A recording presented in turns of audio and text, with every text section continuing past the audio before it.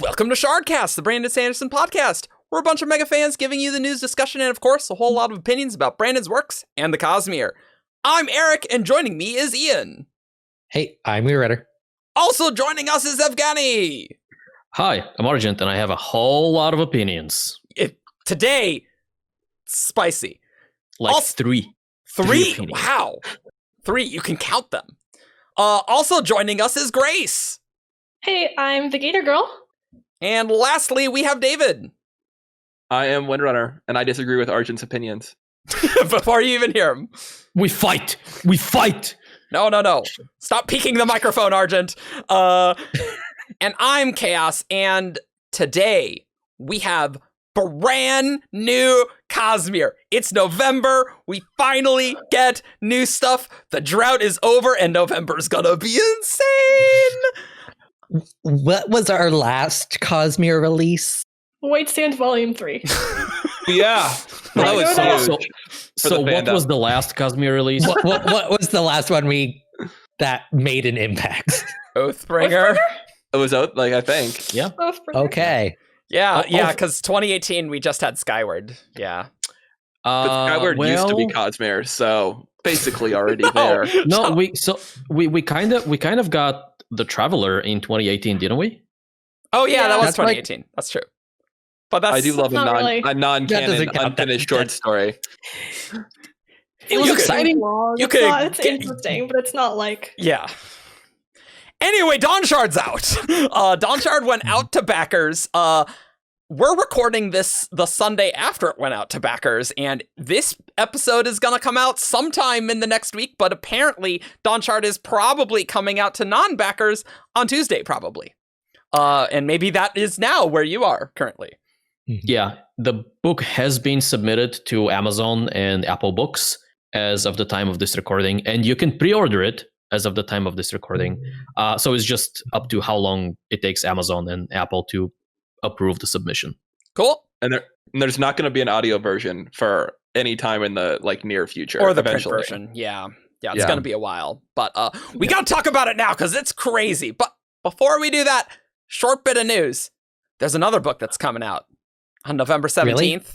Yeah. Called Rhythm of War.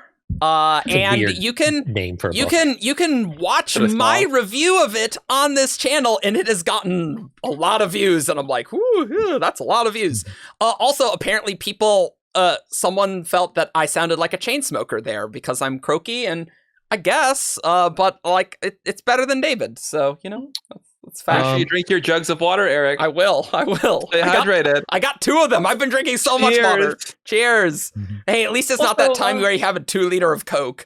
That you're just like, all right, I'm ready for the show. That is how all the great singers prepared before their songs. That's Mariah Carey. That's Also on November 17th, A Promised Land by Barack Obama. And Tasha's Cauldron of Everything. Oh yeah, Tasha's Cauldron is coming out that day. D&D I'm very excited about that. There's also a new Guild Wars 2 patch, and I'm like, guess who's not playing that patch on patch day? It's like, not me. Also, if we're talking news, we should mention that if you haven't checked it out yet, go look at our map timeline thing. Oh, yeah, right. Yeah, that's right. new. Wow, that was like a week ago, and I'm like, wow, I can't even remember that. Yes, the map timeline is also very cool, and that also got an absurd amount of views. This is a busy month. And for this Dawnshard episode, we are going to have 2 episodes, not just 1 episode, 2 episodes. So yeah, we got stuff to talk about, and if you've read it, then you probably already know what the second one's going to be about. So we're going to do some spoiler-free reactions, but for spoiler policy, this is going to be full Cosmere spoilers, but not Rhythm of War spoilers, because Grace hasn't read any of them. So if you haven't read part 1, you're totally fine. Let's talk about our overall thoughts of this novella. Ian, what'd you think? Objectively, it is a very, very good book.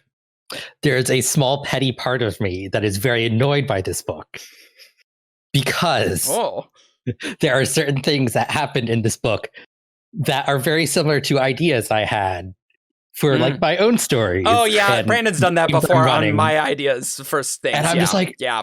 Oh, great. Now all of my players are going to think I copied Brandon. Yeah, that's... Oh, well, it's still a cool idea. I was going to name a god in my series, Dominion, and it's like, oh, crap. Is this plans for your D&D campaign, Ian? Is that what you're talking about? Yes, it would be. And I will not go into more detail. I am one of the players, which is why. Ah, yes. Yep. Evgeni, what did you think of Dawnshard? I thought that it was fine, right? I've read the book twice now, and the first time was, all right, this is okay, this is fun, this is fine, this is fun. Oh my god, what is going on? Yep. And then I kind of picked up my brain from the walls and the ceiling where it had splattered after it exploded. Yep, right. Mm-hmm. And I read it again, and I don't know if this is a controversial opinion, but I felt like up until the mind-blowing part of the novella, it's actually not that exciting. Like, there's some fun and neat character moments and interactions, but nothing like revelatory, right? Nothing spicy. Which might be fine, like for a book of this size, but a lot of the story is being on a ship, and they're going to Aimia. That's the thing, and so you're on a ship for a lot of it. I thought it was interesting for sure, but like I don't think everything needs to be mind blowing all the time, right? There's only so many that you can. I guess I don't know. Yeah, if I can just follow up real quick, I guess the reason this feels different to me is because I'm so used to Brandon books being seeded with foreshadowing from very early on. And so when I go and reread a Brandon novel, I'm like, oh, we are 20% in, and we're now getting hints for something that's going to happen, near the end of the book. And yeah, they're minor hints, and they're not things you can pick up on during a first read. But on a second read, it's kind of like, it's not even an Easter egg. It's a little nod from Brandon. And I didn't really get more than like one of those in this book. I feel like it'd be harder to set up for this story, though. You know what I mean? Like, because it takes such a right turn right at the end. It's hard to be like, oh, we're gonna foreshadow everything this time. Yeah. But yeah, you're probably. But yeah, I definitely had a slower first half, though. Yep. Grace, what did you think? I loved this book. This is like my first Cosmere in like 3 years. I know. In a drought, it like satisfied the thirst. I think I actually really liked the beginning. I thought it had a lot of fun character moments, but it also like worked as just, to me, a really interesting and fun kind of like psychological thriller horror build up. And it was just, yeah, I really loved this book. And then obviously the ending was just wow. But David, what do you think? Yeah, like I won't like. I'll say the same thing about the ending, which was definitely like the highlight of the story, where you're kind of like, oh, okay, Brendan wanted to do some stuff like similar way that I think about Mistborn Secret History, where it's kind of like for people who are really into the Cosmere, like this is for you a little bit, and so that was awesome. And I also, as an avowed Lopen hater, did not hate Lopen in this. Yep, I Lopen thought that he was pretty good. And had some lines that made me laugh out loud, which is not happening. That's true. That is true. He did make me laugh. Yeah. So I like all in all, I thought it was pretty good. Maybe like similar in quality to Edge Dancer, I would say.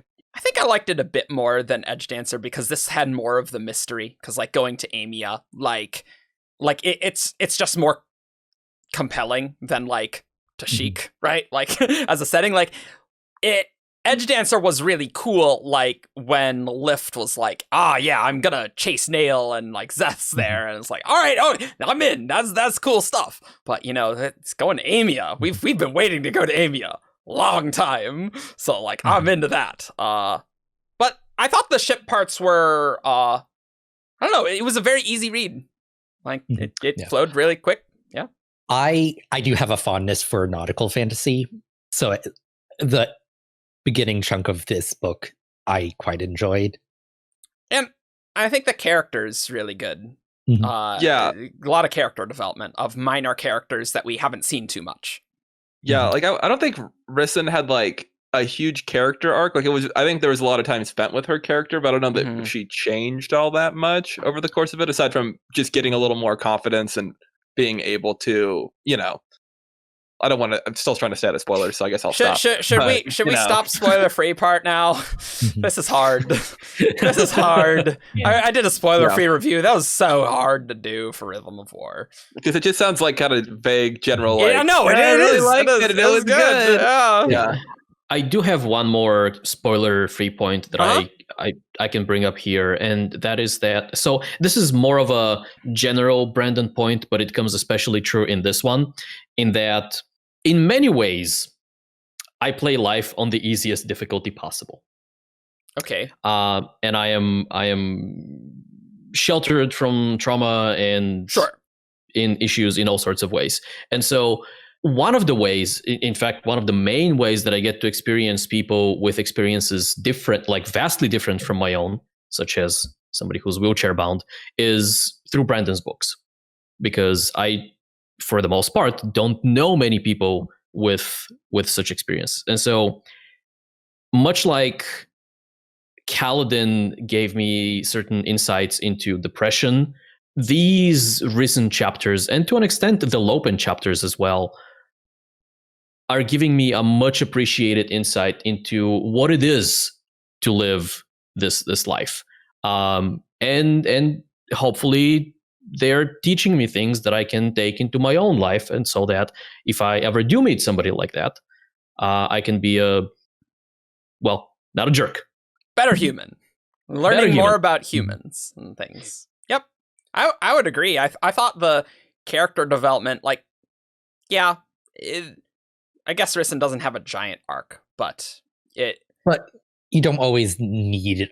Not every character needs an arc. Like in Elantris, like Raoden doesn't really have an arc. Like she does overcomes things, and she uses her skills in a satisfying way to overcome conflicts, which is all like that's interesting to read no matter what. So she has an external arc rather than an internal arc. Yeah. But like reading about her was very interesting, and her character conflicts now. So and I think for me, like I know some of the others were talking about the character, and some of the other people here have said like the beginning was kind of like not as good, but like I personally like found myself relating to Risen a lot, and I think if you're someone who does relate to Risen, like you will find this beginning like super interesting personally. Yeah. It definitely gave you more of a feel for her injury than Oathbringer did, because Oathbringer, like there was some, and then it's just like, now the plot happens right now and stuff is happening. So like this, we got to take our time and more like be in her head before like crazy stuff happens. So that was nice. How about we stop speaking super vaguely? So if you haven't read it, go read it, because we got to talk about stuff. So we're gonna be doing spoilers, and you know the book's called Dawnshard. So yeah, that's in it. So yeah, if you vaguely know what a Dawnshard is, this book is very exciting. If you don't remember what Dawnshards are, well, I think it does have a little bit of that secret history flavor, because my mom read secret history and she's like, I don't know what the hell's happening. Like, I don't know what any of this stuff is. It's like, okay. It's like, I love it. So let's dig in to the characters. And I mean, we got to start with Risen, and Risen was, I felt she was very interesting to read about, and it was so cool, like getting her like Fabrial chair. Her interactions with the crew were like really nice. And just like seeing that interaction and seeing her like be a leader of the ship, that was really nice. Yeah, I was a big fan of how she didn't get tricked by Nickley, and she just immediately like she was on it. Yes. She didn't fall for it. Like it was obvious what he was doing, and she was like, "Nope, I got you." Which like makes sense. It's like, Nickley is like trying to throw a cord under the bus. It's like, it's probably not the villain here. Like Rock's daughter, this is not the villain. And then Risen's like, "Nope, get out of here." I know. I kind of wonder if this is Nickley's first time taken out a ship, being the 24th Sleepless, and he's just not particularly good at it yet, because he seems like he's a little suspicious. I mean, he also just like seems to like them. Like he's like, I don't really want to kill them. Like they're just like nice people, and if I can steer them away, I will. Like, I liked that we got to see her doing merchant tea thing. Yeah, like she spent years training under Vistum, and then we get to see her putting those lessons into action. Yeah. Like I loved the chapter on like tradition and like tradition versus regulation. Yeah, tradition versus regulation. I was just like, this is just such an interesting way to write a chapter, and like it really, like, even though it's like slow, but it's like that fits for Risen. And then we get to go to Urithiru and have Risen talk with Navani. I was like, yes, excellent. Navani, the best Stormlight character. That's why this book is so highly ranked. You're not biased at all. As someone who has not read like any of the Rhythm of War preview chapters, when they were like, oh yeah, I went to like talk to Queen Navani of Urithiru, I just went like immediately just like, what? Like Queen Navani of Urithiru? Oh yeah, that would be a shocker, wouldn't it? Yeah. Yeah, that was definitely, I was taken aback by that comment. I was like, I'm guessing people who are familiar with Rhythm of War preview chapters were not surprised by that, but I most definitely was. I think there's somebody on Reddit actually, because Brandon did a few annotations and then those turned into an impromptu Q&A with like 100 questions. I think somebody else was also confused by this. And Brandon did have to clarify that in the time since the ending of Oathbringer, Yasna has become queen of Alethkar, but Dalinar and Navani are king and queen of Urithiru, which is a separate kingdom, and that's how we are moving away from the whole High King business. And yes, it is weird having an Alethi be the king and queen of Urithiru, but Yasna, queen of Alethkar. Yeah, but I think he had the line also, it's like, Dalinar had to have a title, otherwise everybody else in the coalition would be like, when is he going to seize power? Like, this is must be a plot. Yeah, that is interesting, Grace. Were there any other moments like that to you? I think that was the main one. Everything else was pretty like, okay, like pretty clearly like from where it was left off in.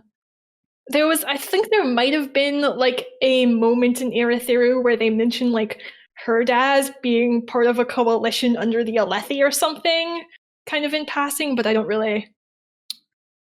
When the Reshi people were like, oh, all the Vorins have like come together united or something, like, and they mentioned Herdaz in that somewhere. I guess the only thing that's really connected with the cast of characters is like being in your theory, right? It's like otherwise we're going off on another adventure, right? And it's always fun to return to a setting after like a long, like like when you get back to like the next installment of a movie or something, you're like, oh, we're back here. So it did feel nice to see Urithiru again. Yeah, and also to see it from an external viewpoint, someone that isn't part of the ruling faction. Yep, I totally agree. I did enjoy that one of Risen's first reactions to Urithiru was, how are the lower floors not getting crushed by the ones above? I know, that was nice. I like that. There's a few meta jokes in this that if you've been in the fandom a long time, like with confusing Dawnshards with honor blades, I felt that was really hilarious because like that was a very common thing that happened in the fandom, and I think still does. Like 17 Shard, if you're on this Discord, you probably don't make that mistake, but there's kind of a lot of mystical objects on Roshar, so it kind of makes sense. It's not like we knew a lot about Dawnshards before, despite our Dawnshard prediction podcast, which we did a lot and we didn't know much. Yeah, we're gonna need to talk a lot. No, that's never happened. I loved getting back to Risen. I loved just seeing her like with the Fabrial chair, like moving around and feeling that joy of mobility. I was just like thinking that at some point we need to see Risen. You know, like in Guardians of the Galaxy where Thanos comes in and he's not just on this floating chair. Risen needs to do that eventually. Just be on a giant floating chair like that. Yeah, no, she needs to Professor Exit. Yeah, 100%. One of the scenes I really liked was like one of the first scenes where like she's on the floating chair and like dragging herself along the railing, and it's like the sailors are acting weird, and she's like, oh, like they must be annoyed that I'm in the way, and then she realizes like, oh wait, no, they're cheering me on. Yeah, like, yes. Yeah.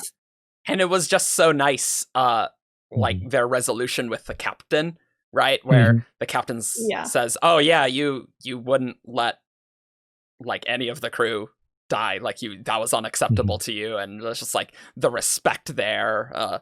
It was very interesting reading about the politics of Thaylen ships and just like how that works. I was like, oh yeah, because I was like super bummed. It's like, oh, Risen doesn't get to give commands, but that kind of makes sense that you have an experienced person be the actual captain, like when you're going through storms and stuff. So I thought it was definitely interesting when she was like no, like I was a brat who like complained constantly, and now I'm like being put in charge of them, and they're just like not having it. Like they're doing what they have to, but they know that I didn't earn this position. Like, and that's the great thing with this.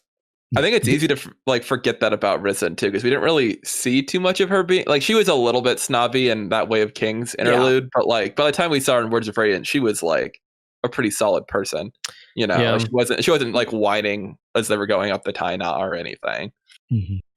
But it was just great to have her earn that respect and feel like, yeah, she does deserve this ship, which like that's kind of the character arc that's like, yes, she was really lucky to get this ship, but she does still deserve it. And like earning that, and that was really cool. She proved her abilities as a merchant and negotiator by the end. Just a bit. A little bit, yep. So why don't we talk about Lopen? Now, I know a lot of people like Lopen, but I know I don't find him I haven't found him funny historically. Wow, Lopen wasn't awful in this. He was a little abrasive at first, but I loved Kaladin just being like, Lopen, why? And I was just like, thank you, Kaladin. Thank you. That was Kaladin good. gave voice to a lot of fans in that moment. Me. Kaladin, and later on, his cousin Huo. I don't know how to pronounce it. I say Huio, but Huio. Say Huio. It's H-U, who. Well, I guess it's I-U at the end. I-U? There's definitely an O in there, right? It's an O. No, it's an O. That's right. Yes. Huio. I was right. Huio. Yeah. Him at the end. Also. Oh, yes. Like, Lopen wasn't totally insufferable. Like, what do you guys think of Lopen? Yeah, so I didn't have many thoughts on Risen other than the insight on being disabled. But with Lopen was really interesting to me because I've never really liked him. His brand of humor never really fit me, and I've never really liked these kind of jokester characters. It's the same issue I have with Wayne, right? In retrospect, having read this novella, his scene at the end of Oathbringer, where he finally swears the second ideal, should have been a bit of a giveaway that there's more to him than meets the eye. Yeah. The fact that he sits down with the soldier who is battle shocked and is trying to like bring some cheer back to him, right? That should have been an insight, but I think I glanced over that until I read this novella and finally got to see Lopen through his own eyes, right? And it is I always give high credit to people who try their best to be good, even if what it actually comes out is crap. Like I feel strong sympathy for characters like that, and Lopen is exactly this kind of character. He, now that we've seen his POV, he wants to help people, he wants to cheer people, he wants to make their lives better. It's just that he's kind of bad at it and kind of annoying at it at times. Well, yeah, a lot of times annoying, sometimes hurtful, as his cousin tells him. And so it felt really nice to not only see Huyo call him out on this, but also see Lopen realize that, oh, no, he's actually right. I am doing these things. I'm going to make an effort to not do that anymore. And the fact that the Stormfather accepted this as his ideal means that he's actually being honest with himself. Now, whether that will happen is a big question mark. But I think we can rely on him at least genuinely trying to be more empathetic to I those agree. around them. Well, that's the good things about that being his oath is like, if he doesn't, there are consequences. Yeah. It's true. Hopefully he really commits to that personality change for Rua's sake. Well, I mean, I think he's very sincere. Like, I loved that third ideal swearing. Like, Yeah. because I can't say before this I was looking forward to Lopin. Really, I was like, oh no, Lopin on an Aimia trip. Like, but like him saving the people as they're going through the storm, I was like, okay, yeah, makes sense. Lopin's earning his keep. That was great. And Huyo getting the shard blade first, swearing the ideal first, and then Lopin's like, no, I gotta do better than this. Like that was just really nice, and Yeah. I really liked it, actually. Yeah. I will protect people even from myself is like such a good third deal to me. Yeah. And that moment when they were sitting in the boat together and Lopin was just kind of like, so you like looked at me when you said that. That was great. Yeah. People you hate, like. So I do love his swearing the third ideal, but my favorite Lopin moment in this book was actually earlier on when he was joking around with Risen about like her disability. I was thinking about this. And Yeah. Rushu says something along the lines of like, she shouldn't have to joke around about that to make other people more comfortable. And Yeah, she shouldn't. Lopin says like, you're right, she shouldn't. And Rushu thinks like he's saying like he's agreeing with her when like he's saying something completely different. There's depth there. And like he gets it more than Yeah. Rushu thinks she does. That conversation. That is a very good scene. Mhm. My favorite Lopin line was when he says, "Conquering people is the Alethi primary cultural heritage." that was genuinely hilarious. Yeah, like that was a real laugh moment. That was so Yeah. good. We are putting that on the Alethkar article on the Compromise. 100%. That is too good. It's so true. While we're on the topic of Lopin, there was one thing about him that I did not like in this block. Mm-hmm. And that was the thing with Cord. I was Yeah. not a fan. Nothing. It There was just, like, nothing. I mean, like he was like attracted to Cord and was like trying to impress her as like, but like in the way like a middle school boy would try to impress a girl.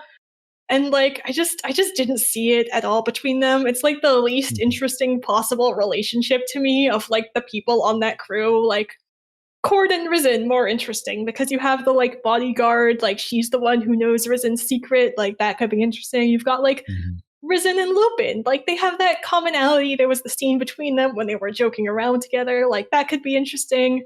I mean, like there was that one random sailor who thought Lopin's jokes were funny, like that could be an interesting relationship. I don't know. I just don't see Cord and Lopin together, and his antics around her kind of annoyed me. Yeah. Although I did feel like she felt the same way as you, and was kind of like, That's I don't know true. about this guy. That's true. That is kind of what it sounded like. And I do love characters being like, oh my god, Lopin. It's like, that just speaks to me when Rushu was like, no, don't make fun of Risen. I was like, thank you, Rushu. Also, Rushu, amazing. We'll talk more about her, but just the best. I don't think Kurt's gonna go with Lopin. Like, Yeah, no, I don't it think didn't. it'll go anywhere, but like if I read Rhythm of War and it's like they're a couple now, I'm gonna be pretty annoyed. I think that would be justified. No, I don't think. Like, yeah, there was a little bit of that, but I don't think this novella was really like shippy in any way. I mean, it's kind of the most shippy book Brandon has ever written. is To be fair, the most ship. The Wandersail is a more interesting ship than Lord Lopin Cord. That's a fact. That's It's got yeah. Fabrials. Yeah. That is definitely a more interesting ship. Totally unrelated. Did we ever see those ballista get fired? No. I thought I was like, are we gonna see those? I was like, no, they weren't. So that better happen. And if we They better should've, see the like- ship go through a high storm at some point. Because they were like, oh yeah, we trained to go through a high storm. I'm like, whoa, that sounds awesome. What? They should have like shot the fake Xanthid with the ballista to like when they were going to tow it in. That would have been fun. The other Lopin thing that really showed me that there was more depth to his character, where he was like giving his pay to relatives who helped him when he was in hard times, and I really liked that because I guess my problem with Lopin is he just feels too stereotypically like a Mexican stereotype. And so, like, it's nice having the family matter. Like, I loved his conversations with Julio. Like, it was just really nice to see his joking about cousins and family. It's like, that is actually very important to him. And it's not just him like, oh yeah, my cousin over there. Yeah. So and what if minor linguistic note is like, I love that, like, all the different cousin, like, there's multiple words for cousins in her magazine. Yeah. Mm-hmm. Yep. I actually didn't realize this until you just mentioned this now, but in my native language, in Bulgarian, there are different words for brother and older brother. Okay. And so that is now something I can say that I relate to a little bit. Yeah, that's really cool. That's interesting. The other fun thing with Lopin's like little family pay thing is that not fun, but one of the names of the people that he's paying for is one of his cousins who died in Words of Radiance in that final battle. Oh, right. Cousin Rod. Cousin Rod. That's right. Yeah. Mm-hmm. Very important. Yes. Died to protect the arrows. Yeah. Oh, yeah. That's right. Oh. I do have one more thing that is related to Lopin, but not specifically to him. Sure. And that is another word of Brandon about the third ideal of the Windrunners. Mm-hmm.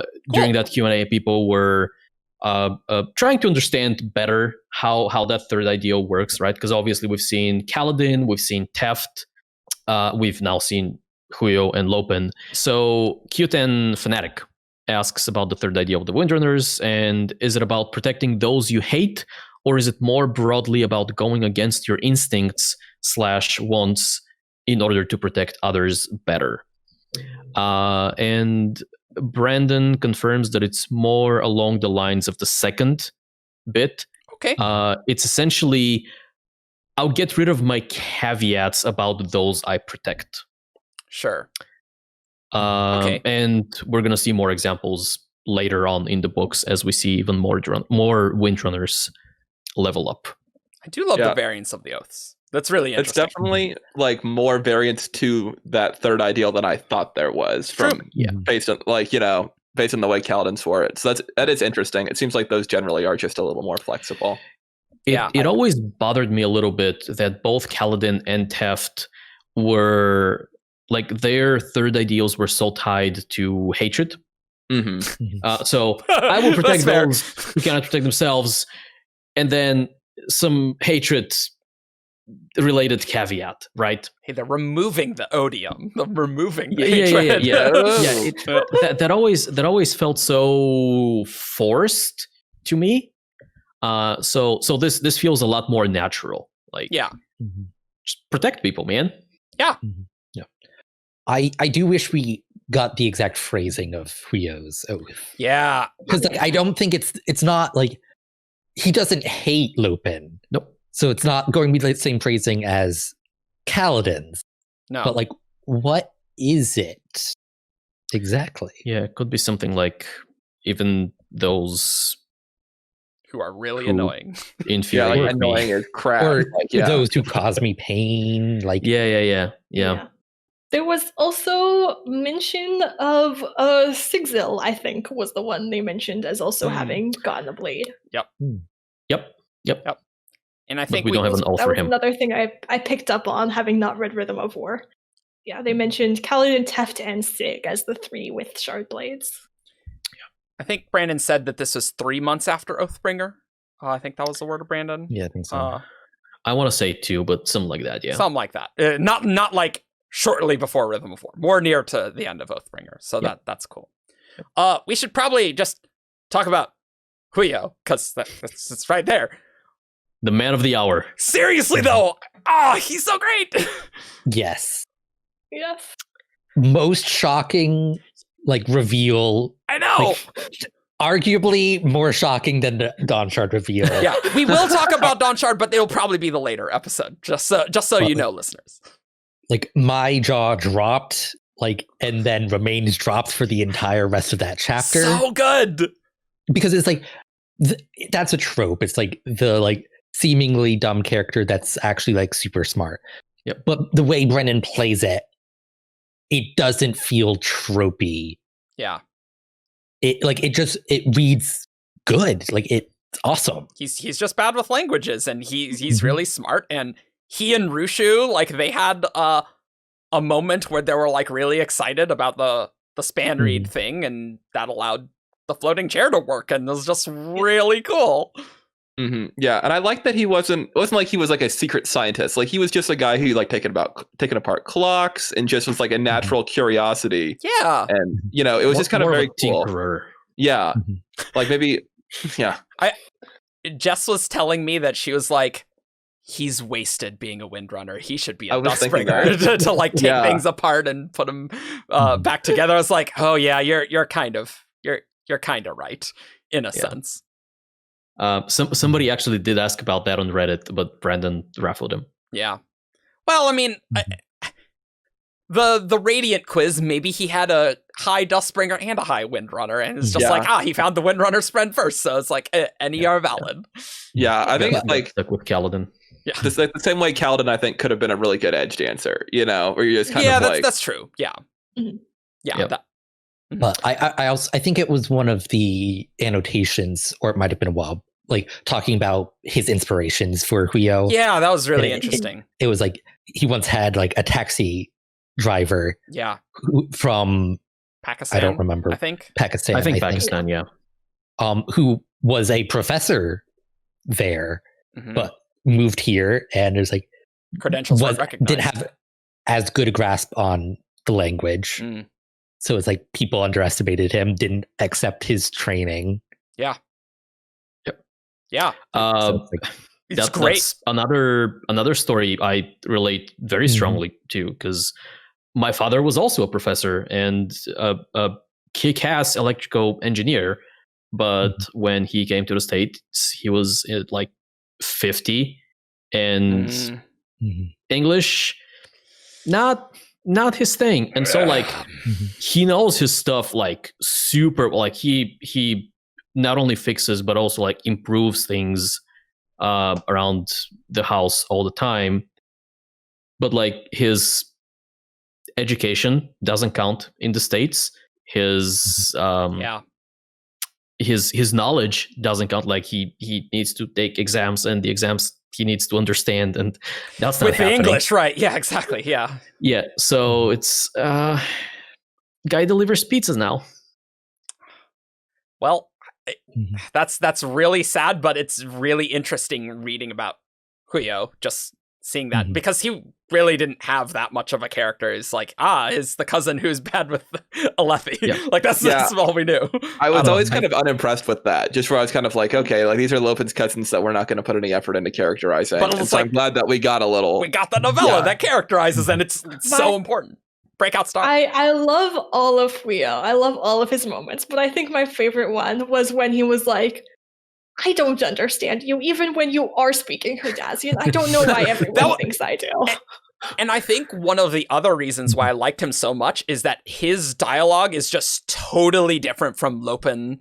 And because it's easy in the main cast, it's like, this is our token Herdazian from this culture. So it's really nice seeing a different Herdazian who's totally different. And that also helps the stereotype problem that I had. So that's nice. It's like that was another great thing in this book is the language differences, because like we got that with Huyo, we also got that with Cord. Yeah. It's like the scene where it's like Risen like, does this work better in Vaden? Like Cord's reaction was like, holy crap. Yeah, it's like that was like, so good. Instantly changes her character. Yeah, because like now we get to see like Cord like in a more truer light, not through the lens of like not understanding Alethi. Yep. Yeah, that moment and the one where Risen was just going back and forth along the railing with her new chairs, like those two moments just warmed my heart. It was like the joy these characters were feeling was so you could feel it, you could touch it. It was great. Like even though the ship parts aren't like incredible, like there's so much great character moments, and it's like, I love Huyo. Like I love Cord. It's like, no, don't mess with them. And like honestly, I don't kind of like Lopin now. It's weird. I still don't find his jokes mostly funny, but like, hey, Brandon got me to laugh. Okay, that's rare with him. But I think with Lopen for me, it's going to be the fact that I now know that at least he's trying, like he's coming from a good place. Yeah. And it's just that the delivery is failing. Yeah. It's also going to be really interesting to see how Huyo progresses further on. Yeah. And also, wasn't he the one who like fixed Rock's drink back in Ulfbringer? I don't know. Yeah. Like, wasn't he the cooking assistant? He put that. Was it him? Oh no, Yes, it was. I looked up his Coppermind page after finishing Dawnshard, and Yeah, because Yeah, Rock yeah. was like, here. that was like the main interaction that his page is based off of. Yeah. Yeah, because he was like, here, don't do anything to this. And he was like, no, I will do a thing to this drink, and then the drink gets better. Brock's like, Yeah, what are you doing? Yeah, That's right. Yeah. That's Leo right. is just like Yeah. a nerd who likes tinkering with things Yeah. and is exasperated with his cousin, and I love him. Eric can attest. While reading, I sent a message that was like, true. I have a new Cosmere crush now. Yeah. And Like, just like, next episode. it's great. And honestly, it's kind of cool seeing a Windrunner do that. Like, even though like maybe a better order fits, but like I like seeing the diversity in the Windrunners. Like, I think that's really important and cool. And he was like doing the ship stuff too. Like he was just doing any task. Anybody like remember he was untangling that rope, and they're like, "This is not a task for a Radiant." And he's like, like, "Oh, I no don't big care." deal." Yeah. You know. That's fine. Let's talk about Cord. Because we touched on her. Cord's super cool. Like, especially when she tricks or attempts to trick Nickley at the end, and just has this like long thing. We have no idea what that means. What the hell's the bow of ours? No clue. It's not Rock's shard bow thing. But I was like, oh man, what the hell's up with that? Her reaction when she realizes like Nickley like has no idea what she's talking about. She's just like, she's like, oh, okay, and then she's like, never mind. No one talk about it. I imagine this is very much like if somebody were to run into like a Rio vampire and they do they throw garlic at him, they do the cross, they do all the things. Oh yeah, like in The Mummy, you know, that guy who's just like whipping out the different things. Yeah. But her character motivations were really interesting too, and it was really interesting hearing Rissyn evolve, because Cord's like, I want treasure, and then Rissyn's like, oh no, you need weapons to defend your homeland, and I mean, the shards are treasure, so you kind of need those. It was an astute observation on Cord's side to realize that, even though we are allied with the Alethi, they do have a cultural heritage. Yeah. Cord was just such a great character. Like, all of the characters were really good. There were a lot of good character moments. It's kind of funny. The least memorable one is Rissyn, but I was still satisfied. But it's maybe just because I was so surprised about Cord and Huyo. Well, we already knew the most about Rissyn. Yeah, you know? that's true. Like everyone else is kind of like almost a brand new character we got to meet. That's kind of true. Yeah. It described Dawnshard as all of these minor characters go on an adventure to Aimia together, and we like learn more about and start to love all of them. The one thing that I did like seeing from Cord too was the contrast in her thoughts about Rock and kind of like his belief in the Unkalaki traditions. Like Rock very clearly holds to that whole birth order thing, and his belief that he has some sort of undefined consequence for protecting Kaladin, and Cord is just like, I don't care. Nope, like I don't care about that. Like these are my concerns that I have, and I'm going to get shards and protect my homeland, and it's okay. Like I'll do what he won't do. It's making the Horn Eaters less homogenous because different Horn Eaters feel differently, and that's also great. And I love Rock, but it was cool to see someone be like, no, he's wrong. You know. Yeah. Well, while we're on the topic of Rock, I love at the beginning that the explanation of why he couldn't go was like, no, his anniversary is next week. Like, he can't go on this mission. True. It's true, though. I also really liked the conversation with Cord, where she's talking about like coming down from the peaks and like finding out the world is terrifying, but also realizing like she likes that. Like, that she likes the adventure. Yeah.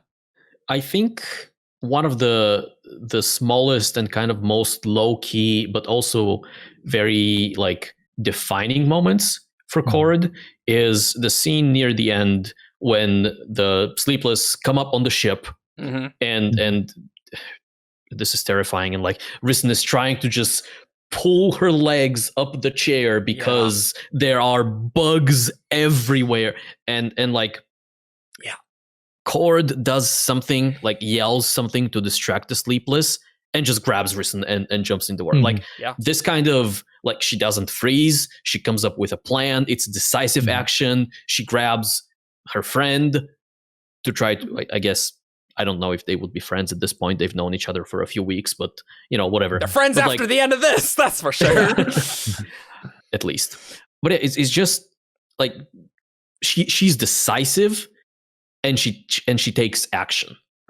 Yeah. And I love that. She's like, never worn shard plate before, but it's our one chance, and we're just gonna see what happens. And she just like straight up says no to Nickley at the end. It's like, no, I cannot do that. And they're like, oh, wait, what? And she's like, I gotta train, man. Like, I'd be terrible at it now. And they're like, okay, yeah, that's actually a pretty good point. So, like, question. Yeah. If Cord were to become a Radiant, what order do you think she would be? Stoneward. I was going to say Stoneward. I was actually going to go Will Shaper. That was actually what I was thinking, like the sense of adventure. I think both of those kind of fit. Interesting that they share a surge. But I don't know. Both are probably good options. I just always don't know what to think about people that becoming Radiants that have, like, old shards. I never know what to think about what's going to happen like that. I think they're kind of like... Because like she just has the blade, right? It's like the blade's the big problem. So, and there's also the other issue of like every character becoming a Radiant, right? Yeah. It's nice having some non-Radiants. But the plate like does interfere with their powers, though. Like that's why Sessa, he never got a suit of plate. Is if you're a Radiant at all, you can't use it with the plate. Oh, good point. I think that I'd be fine with her not becoming one. I have a feeling that the Sleepless would be unhappy with someone who knows about the Dawnshards becoming a Radiant, and even if it isn't written. Debatable. But that's just a gut feeling. I obviously don't know that for sure. If the Spren knows about it, that could be a problem long term, because they live a long time. And humans don't. So yeah. The Spren might know what Dawnshards are. They might.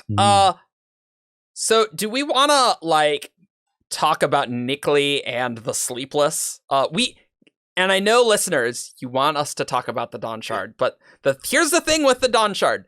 The Dawnshard is that the paragraph about the Dawnshard is so mind-blowing that like that is a show. So yeah, like we'll get there. That's why we're doing 2. It was really funny. We have an episode about Dawnshard and then an episode about Dawnshards. yeah. It was so funny because Grace messaged me and it's like, hey, so she's like a little bit of the way into that. So one's going to be, one podcast is going to be general thoughts and the other is going to be about like lore. I'm like, well, kind of. And then she gets to the end. It's like, okay, so one of the episodes is on the Dawnshard. I'm like, there you go. That's what it is. Yep, exactly. One episode is on like 268 of the 269 pages of this book. It's true though. But there's so much to unpack there. And that's going to be very pedantic. But the Sleepless, we get to see the Sleepless again, and we get a viewpoint. Oh man, it was so great to get that so early too. Oh yeah, shocking. Sure. Yeah, I was just like, whoa, holy crap. Then you're worried, because we now learn about the different swarms. I like their long names, like Arclomedarian and Nucleosorm and all the rest. They're just fun to say. So. It's more like that high fantasy sort of like weird names that are just like, yes, foreign and exotic. Like, yeah, I like it. We got a fair number of wobs about the Sleepless now, too. Brandon literally on that release night was just like pumping out annotations, just answering stuff. It was just like, whoa, this is like 10 p.m. Pacific, my time. And so it's just like real late. I woke up and there were like, oh, wow, that's a lot of words, Brandon. It's like Brandon was... I think Brandon is going to miss being able to talk with fans about the books, like and like meet fans in person. this tour. So he does like blabbing. He does like blabbing. He's just like I'm doing a third annotation. It's fun. Hey, what's up? He gets maybe just as excited about new releases as we do, only in a different way. So, but so do we want to talk about Nickley specifically first, or let's talk about Nickley and then we'll talk about Sleepless. Yeah.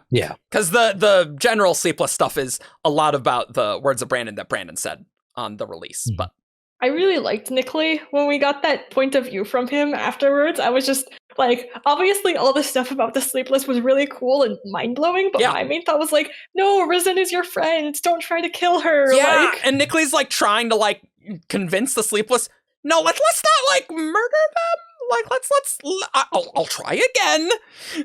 I'll try. I can do it. And it's like you see that he cares, and he does care at the end. It's like, oh, that's really nice. It was kind of funny because he's like, I'm really coming to like this human. They're like, this is not unexpected. Don't worry. You can still kill them. The other Sleepless are kind of terrifying for sure. More so than regular Sleepless. I mean, they did end up agreeing to like a lot of his terms and a lot of Risen's terms, so they're not that bad, except for the true traitors. Oh yeah, and he's the youngest of the Sleepless, which is still hundreds of years old. Yeah, only 400 years old or something. What a baby! Well, at least 400 years, probably a bit older. Yeah, because he was about 400 years when he met Longbrow. Oh, right? Yeah. I love that we got Longbrow Straits. It's on the map. You can look at the Roshar map and look at the Longbrow Straits.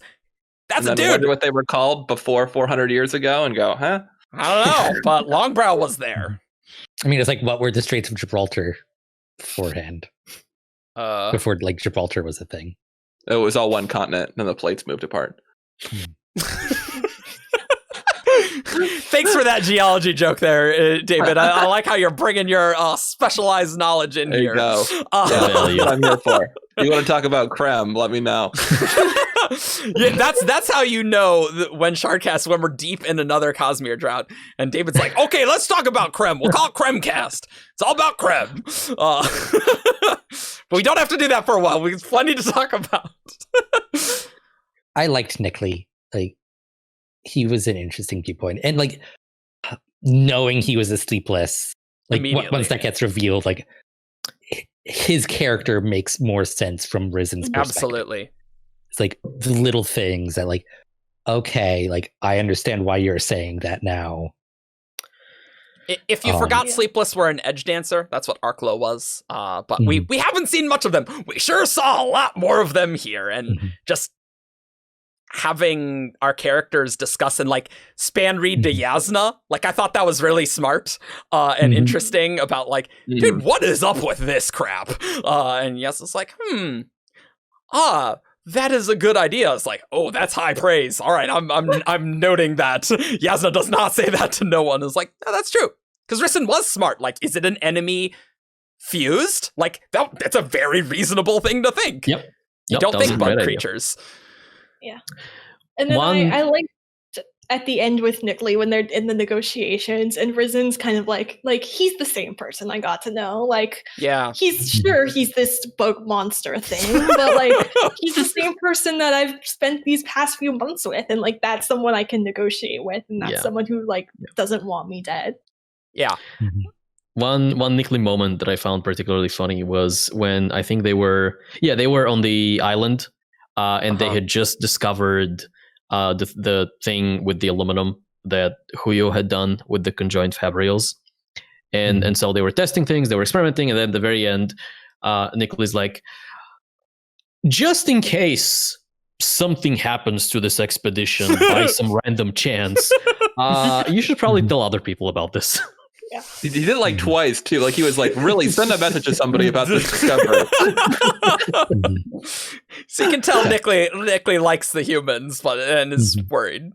So Argent, it sounds like you don't want to just talk about Nickley. You want to talk about the Sleepless. So give us the lowdown on the Sleepless. Nickley's boring. The Sleepless are interesting. They don't put me to sleep. So the Sleepless are 1,000 bugs in a trench coat people. We first met one of them, Arklo, in Edge Dancer, and we now met Nickley, and we met a few others. And so they're kind of like a hive mind, but not exactly a hive mind, right? So they're still a single. Each swarm is still a single mind. Although it sounds like every like individual component has a little bit of autonomy, lowercase, to it. You gotta specify these things, man. You kind of do. You kind of do.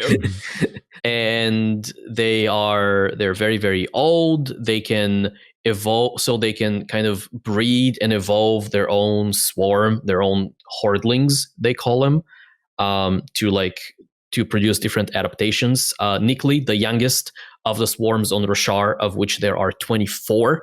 Only 24 bug people on Roshar, although there are more out in the Cosmere. Yeah, 24 bug people is plenty of bug people for me. That's especially because like they can make a fake Xanthid, and there's probably a lot more of those in that swarm. Like that was just one part of one swarm. It's like, ooh, 24 swarms. That's fine. It's totally fine. Some of them are huge. Yeah. And they must be. And going off the breeding the hordlings, it was interesting one that Nickley's like, hey, we're not from Roshar, so we call them hordlings and not kremlings. Come on.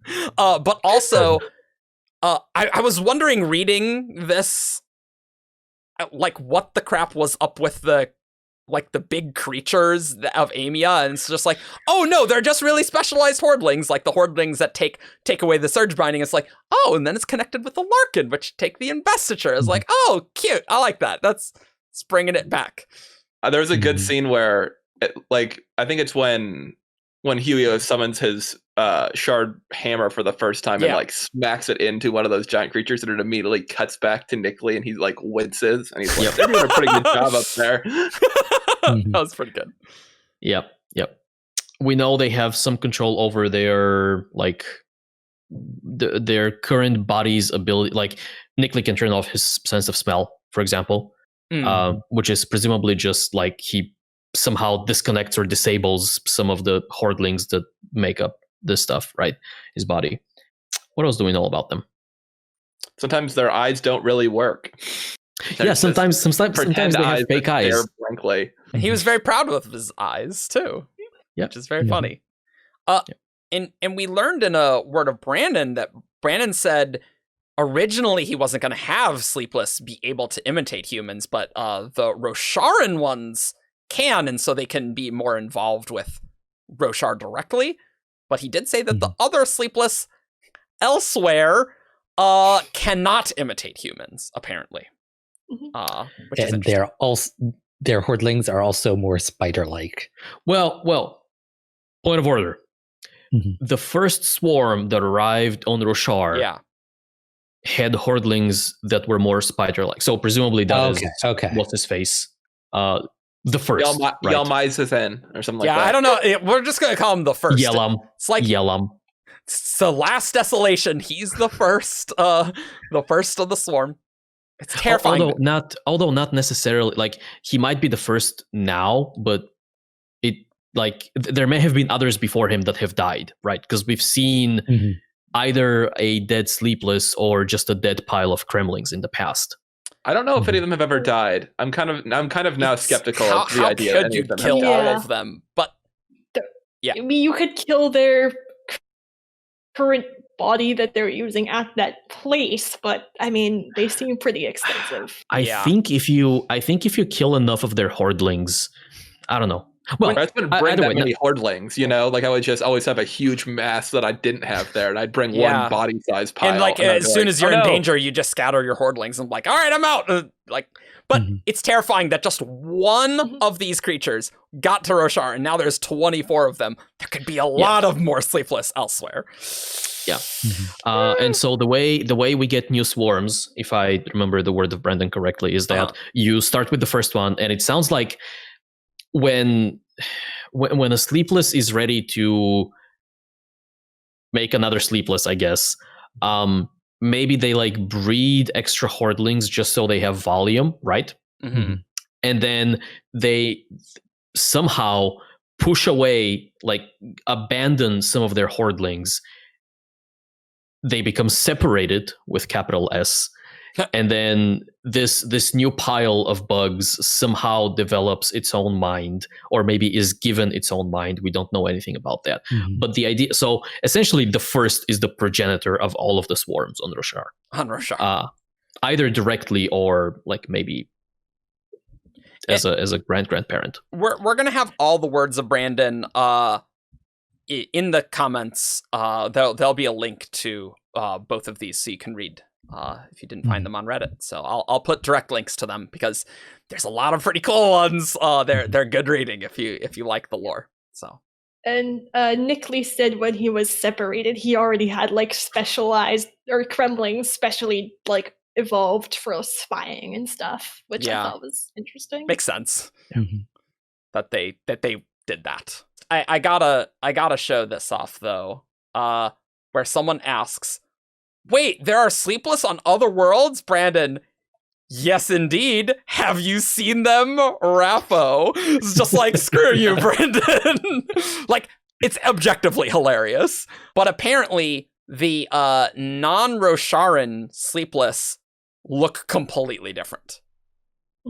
But I mean, makes sense if you could breed these hordlings to look like a lot of different things. Any swarm can look, individual. It's obviously better for on Roshar to have them look like Kremlings if you're spying, and so people aren't like, I'm killing that sucker. Yeah.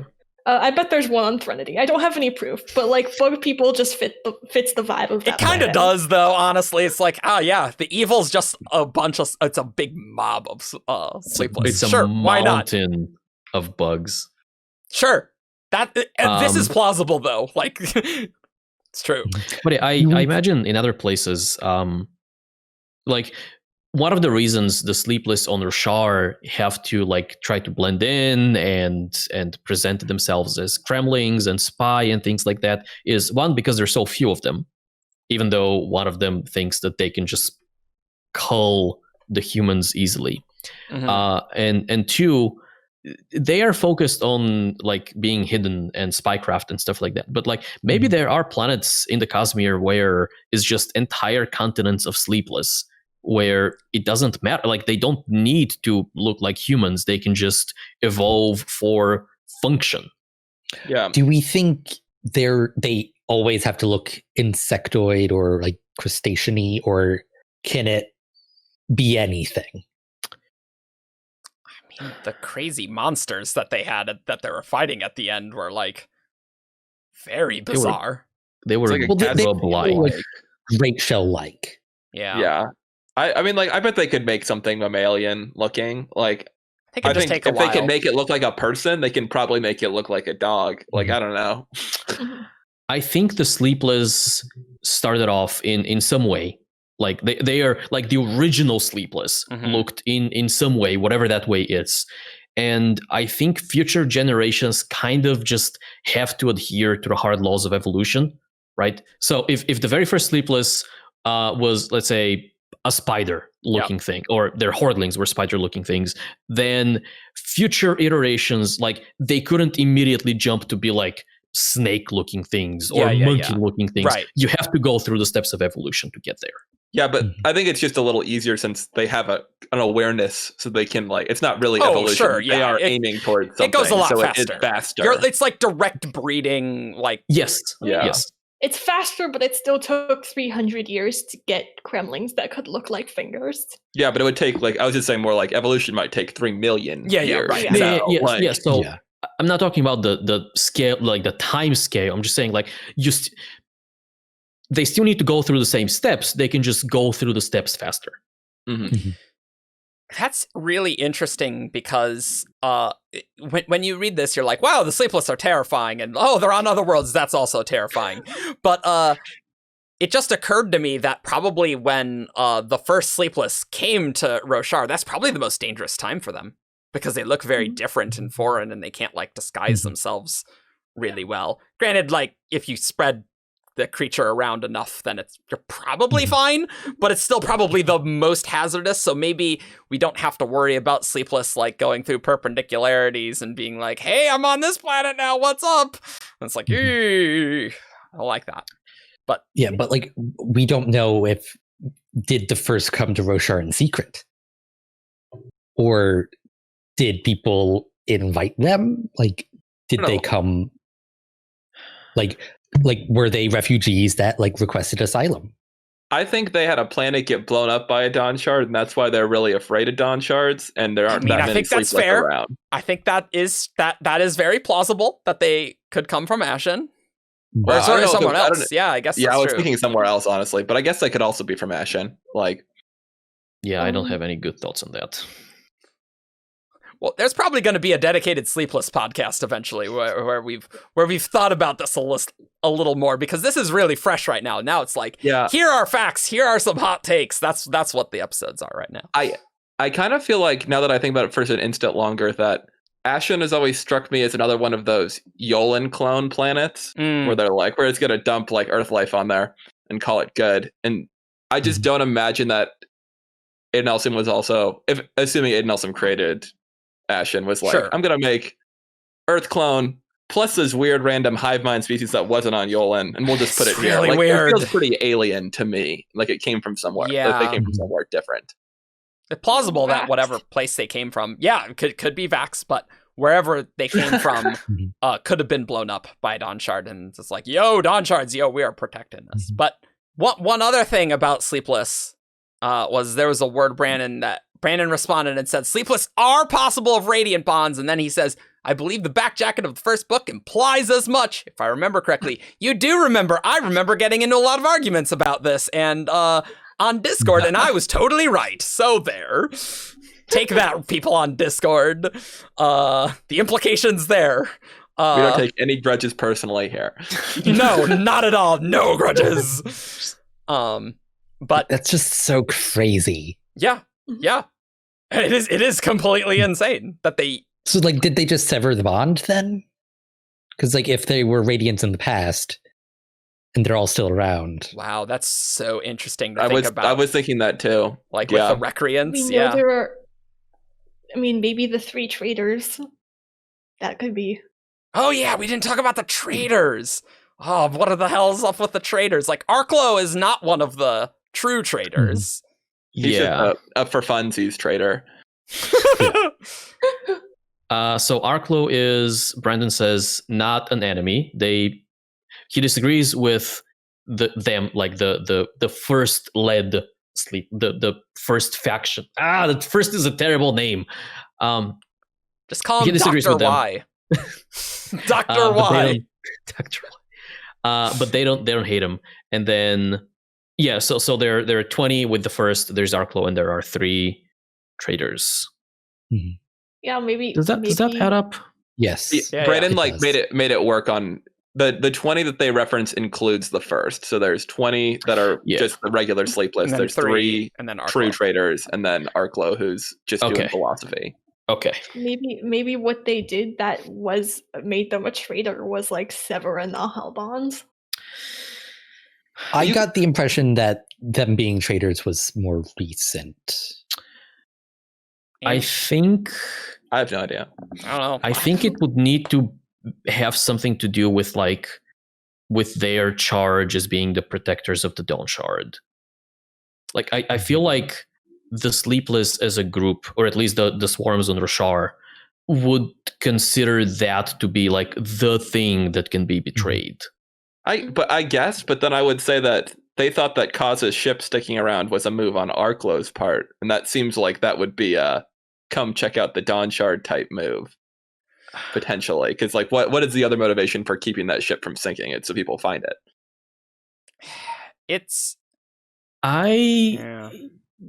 But Risen didn't think so. Risen thought that the ship survived just because the Sleepless were unaware of like all the modern Thalen ship protections against sinking. Right. Like I don't. My impression coming out of Arklo. So I kind of trust them more than Risen, I guess. Well, one of them suggested that it might have. But like he was, Archlomedarian is meddling with us again. Like They didn't but know. my impression coming out of the story was not that. Yeah, I think Risen is correct, but I think the fact that the Sleepless think it was Arklo is illustrative. That is true. Yeah. I feel like the traders are like not like Arklo has some differences in opinions, but I feel like the traders are actively working against the first and that group of Sleepless for whatever reason, right? Like that. Like, Arklo can be like, yeah, I'm not an enemy, but like, I'm doing my own thing. I don't want to listen to you guys. Yeah. I feel like he doesn't listen to the first, probably. Like, he's just doing his own thing, but he's not actively antagonizing them. Yeah.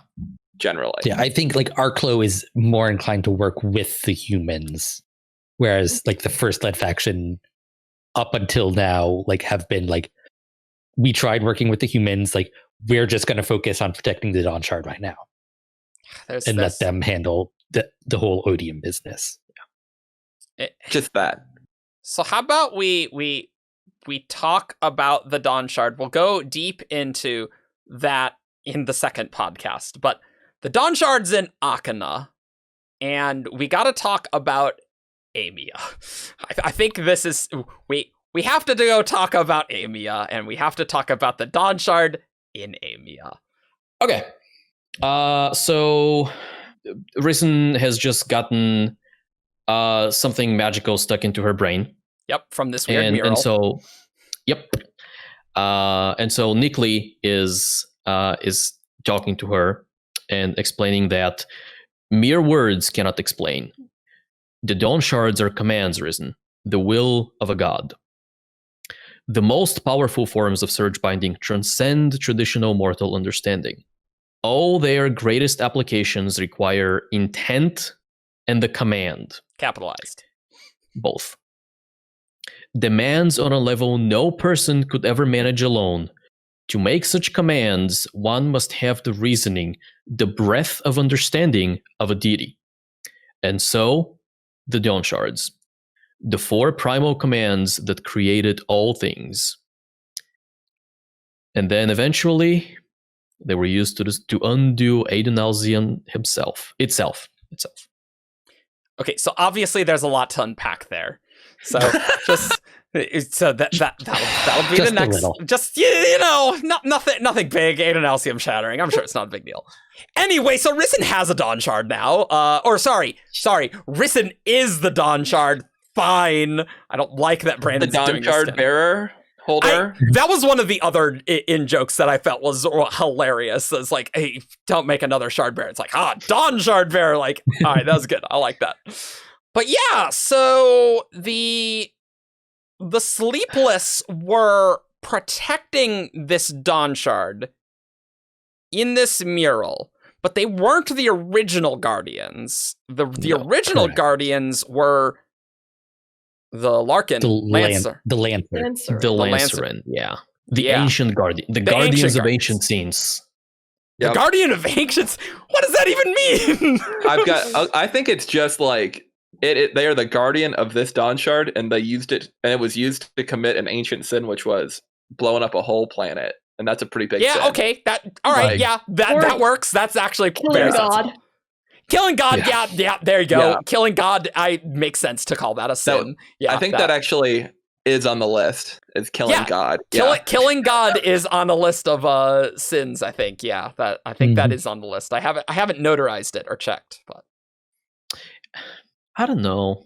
like I think those two are very plausible explanations for the Guardian of Ancient Sins. Oh yeah. No, I'm saying I don't know if it's in the list. I don't think people would Be implied. That's a joke. It doesn't matter. Shut up.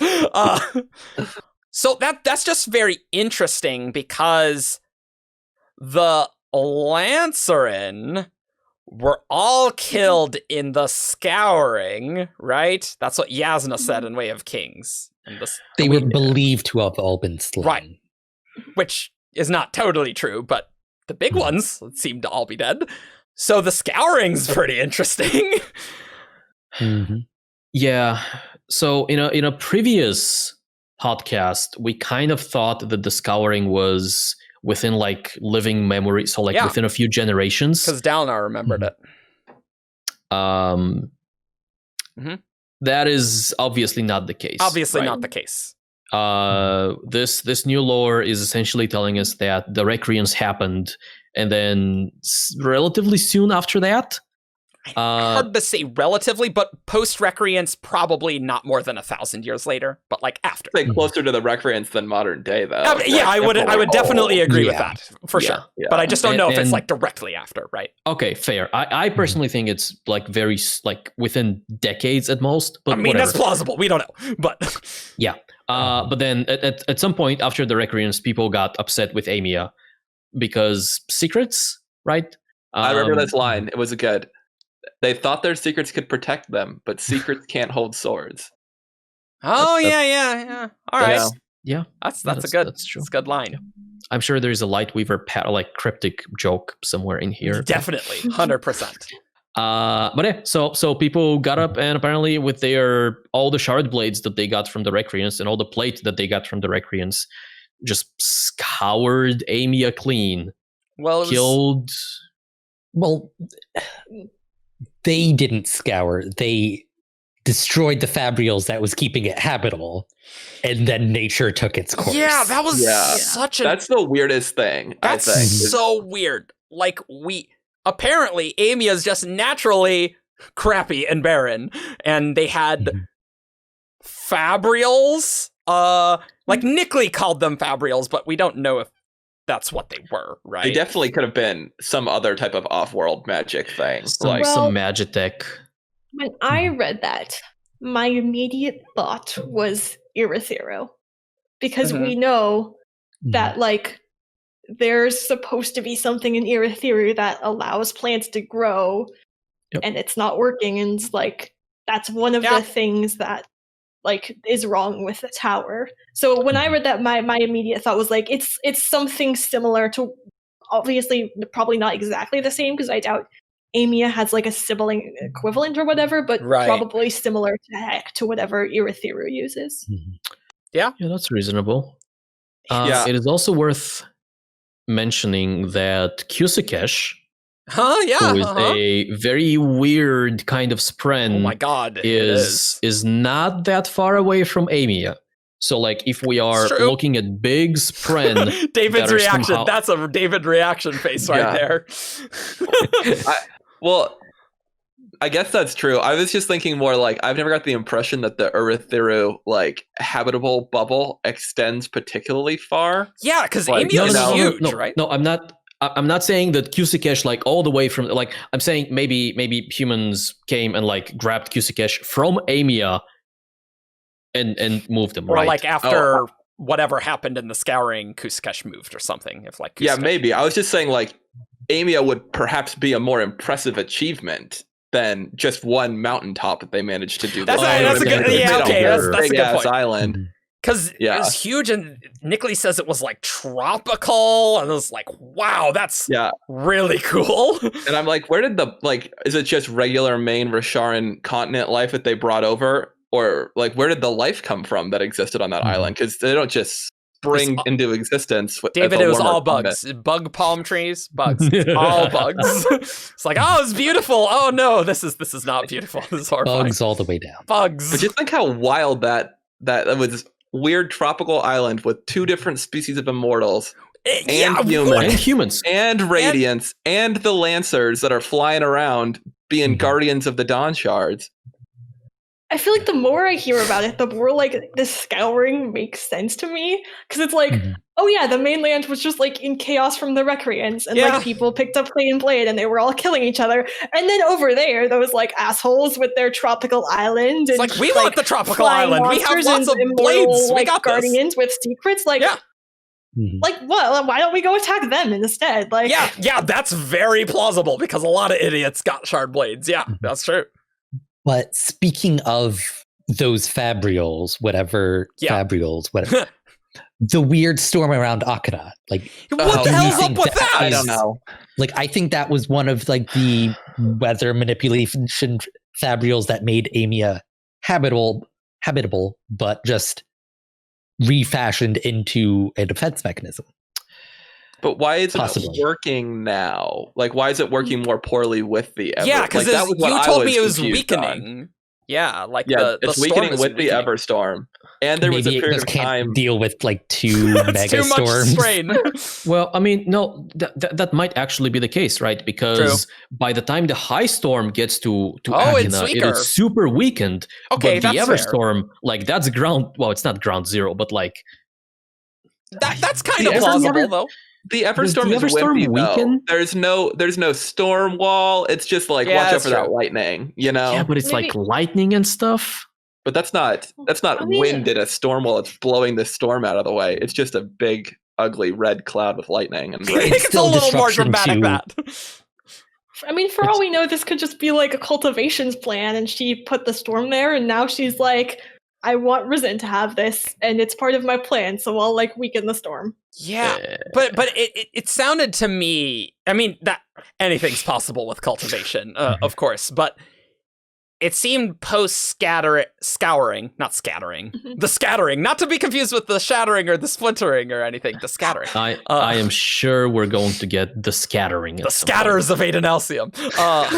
But after the scouring, excuse me, that it was the Sleepless who like made all the like the big rock spires around Akana, and like they were like hiding off Akana.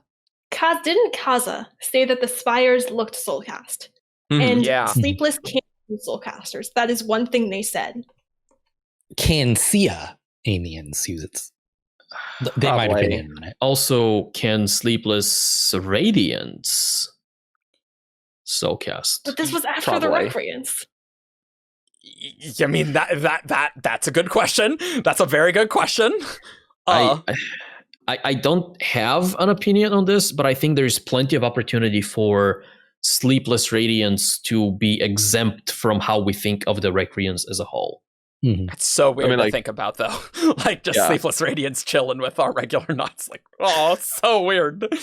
I wonder how that would even work with, like the proximity thing with the Spren. You know what I mean? Like if the Sleepless is in its body and then its consciousness goes across the continent and the Spren's like, whoa, wait a minute. Like, you gotta stay closer. Maybe that's a limitation of their summoning of blades and stuff. Yeah. Yeah.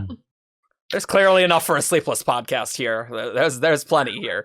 But yeah, but that barrier storm is weird because there was also the Super period of time weird. where it didn't exist, where Krem was still allowed to fall Yeah, and cover right, up yeah. the city, and then it turned on that's at some super later weird. unspecified point. Those ancient pirates, man. Unless the Sleepless were like literally lugging buckets of creme to like. That I think seems it's hard to. That'd be really tough.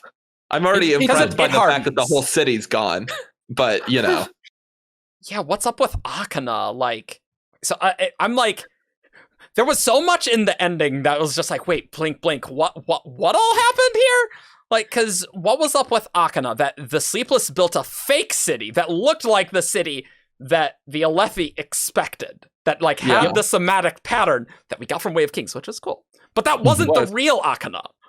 yes, because the real Akana was below with the real Oath Gate. So they built the whole fake city so they could build the fake broken Oath Gate, and they let everything else sink down into the Krem. I don't know if it was the most effective plan ever, but their That was plans are not the that best seems plan. like, yeah, it doesn't seem like the best plan, admittedly. I mean, this had to have been like, how long were they working on that? Like, clearly, this is like, I mean, they were killing people before they even got to the island before anyways. This is like some far future failsafe.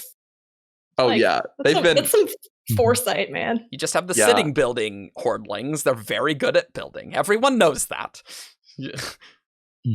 Involve them. Evolve the hordlings to just poop out Krem. And then it's like, all right, great, we got this. Plausible. I mean, plausible, yeah. That's Yeah. possible. or at least something creme-like. Yeah. Yeah, right. Yeah. Yeah, like what is up with Aimia? Like what is the relationship with the Sia and the Sleepless? Because like they're totally different. And why are they both on Aimia? What? Because the humans didn't want.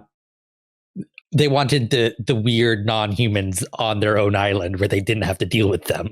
Except But for I the mean, humans that lived on the island with the weird non-humans. Happily, There are always people who like weird things. If you're immortal Like, you probably want immortal friends who won't die on you. That's true, yeah. And so you find other immortals to become friends with. Wouldn't they just chill with the Spren, though? I don't know. I mean, Spren are cognitive and the Aimians are physical. Like, I don't know. I don't know. I like a friend I can punch, you know? Those Spren aren't satisfying. Because punching Hordlings is so much more satisfying. Like, it's just really, really, really interesting. Just everything with Aimia. Like, we got a lot of lore here. A lot more to speculate about Aimia because we did not know Jack before, honestly. We knew bits. But now it's just like, wow, Aimia is such an interesting place pre-Recreance. Like, wow, what the hell? Yeah, I'm really looking forward to Back 5 when we'll probably go to Aimia at some point. We better. Wait, but like, what are we gonna? That's what I'm thinking now. It's like, if we go back to Aimia, like, I guess there's probably some cool more underground caverns, but now we know it literally is a barren. No, I mean like in the Herald flashbacks. Oh, we'll probably see I thought you were old saying. Aimia. I thought you were saying in the plot of the Back 5, sure. going to Aimia. Yeah. Well, Brandon's still saying that these novellas are optional and like our optional reading. So I'm just like, how are we gonna get the Dawnshards into like the main plot and all this Aimia stuff? Because I mean, I always felt like Sleepless stuff were going to be back half, right? And Edge Dancer's like, nope, apparently we're doing that right now. I'm like, okay. I mean, that assumes Dawnshards are for Stormlight when Brandon did say that this is more of a core Cosmere book, and we also have a WOP that Sleepless are going to be playing a major part in Mistborn Era 4. And now we know they're the self-appointed guardians of the Dawnshard. All of that's true. Yeah. I'm not super worried about that because, like, if the Dawnshard needs to become relevant in the Back 5, we can just have, a Risen POV or a Yasna POV or whatever, where Risen's like, oh, well, so, about that trip to Aimia back in the front 5, Yasna's just freaking out. Yasna would be freaking out because she probably would know more about the Dawnshards, whatever that is. Like, what? Maybe, but that's old. Like, I don't need, like, that's old knowledge. But that could easily have been lost. But like my point is, we don't like if you are just reading the mainline Stormlight books, you can convey what happened in the entire novella in like a chapter easily, or in an interlude, because Risen she's the only one who's gotten an interlude in every book, I think. Yeah, I mean, I guess she still will. Which is like, and now we know why, like, he's been so interested in this random merchant girl. Like, Zeth also did. Oh, yeah. Okay, yeah, that's true. But he's actually a main character. He gets more points. I'm like, do we have anything more to talk about Amy? I'm like, I don't know, do we? I don't know, do we? I mean, probably. I don't think in this episode. I think we have reached the point where anything more like deserves its own podcast. Probably. I do find it interesting that there are legends, at least among the Thaylen, that so first of all, that Risen at least associates the Sia Aimians. Like when she hears Aimian, she thinks Sia. Mm-hmm. Right, and even though she doesn't have the vocabulary to explain that, there are. It sounds like over time the two types of Aimians, the two types of non-human Aimians, have been kind of conflated together a little bit, right? Because she thinks of the Sia and like she recognizes Axes by his blue skin and nails and things like that, right? But also there are legends, or at least stories, about Aimians just being able to like disconnect their limbs, and the fact that they are like literally empty inside and they're just like flesh husks and things like that, which are not exactly how the Dizian Aimians work, but it's plausible enough that the Dizians inspired stories like these. Yeah, they're so weird to explain if you haven't seen them. Yeah, I think it's just the fact that you see those Sia Aimians much more like, those are the types of Aimians people saw. The The Dacian are much easier to just go incognito, and people are like, "Oh, there's one type of Aimia." If the Sleepless don't want to see you, it is not going to see you. Like, and it's just like people conflate things. Like this is why people think the Stormfather is Yezrian or Kalak. Like people like get confused when they're not upfront and in the culture. And honestly, the Sleepless probably don't mind. Like they might have been manipulating things to make sure like they are getting cut out of the human consciousness, because that just means they can work better. Yeah. Well, it was cool too that there was like the separate branching story that was just the creepy tales about Kremlings that multiply in attics and eat people up too. Like it wasn't like that was completely forgotten. It just kind of turned into its own legend. Yeah. Oh man, that was really spooky when they were talking about all the Kremlings. It's like, oh man, they're very spooky. The Kremlings were like, you can see a little tiny bit of flesh on each of its backs when it separates. Like, yeah. So we have the Larkin, and we have the Lancer. Nickley seems to kind of conflate them, right? Yeah, a bit. And David, you asked Brandon this on Reddit. I did. What is the difference? I saw he was answering questions, and I was like, I need to think of something now. And so I went with it. But let's see. I can read that one. Yeah. I'll go in the mud. It seemed to me from the story there is a strong connection between the Larkin and the ancient Lancer. Would you be willing to answer whether these are the same species by two names, or if there's some evolutionary step between them? Brandon, I was a tad vague on purpose. Yes. But you're looking at it the right way. It's kind of the same species, kind of being all caps. So, seemingly contradicting Nickley a little bit. I kind of think it's just two different life stages. A little bit. I think so. Like you need enough spren bonds, maybe, or something. So, like a Larkin isn't a Lancer, but like given enough prerequisites, it will grow into such a thing. Maybe. Yeah, I was in a long conversation about this with some people the other day, and I think there are two ways this can work. Right. Okay. One of them is we're just looking at evolution, right?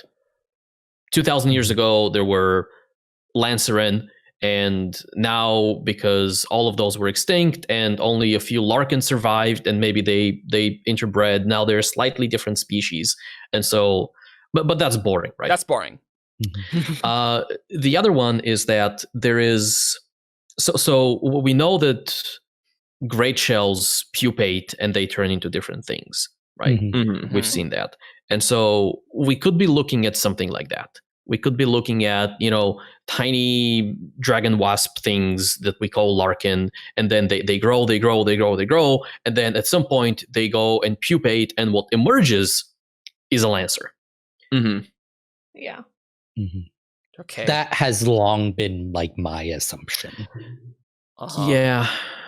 I think I like that explanation more. Oh, right. Yeah. Okay. Sorry. Took a bit for that to click in my brain. Right. Yeah. It's like a different. Yeah. Okay. I'm with you now. And so the one thing that's missing from this is Nickley says that Chiri Chiri would need to repeatedly come back to the island. Yeah. My original read, which I think is wrong, I thought that Chiri Chiri would need to replace her Mandra every time.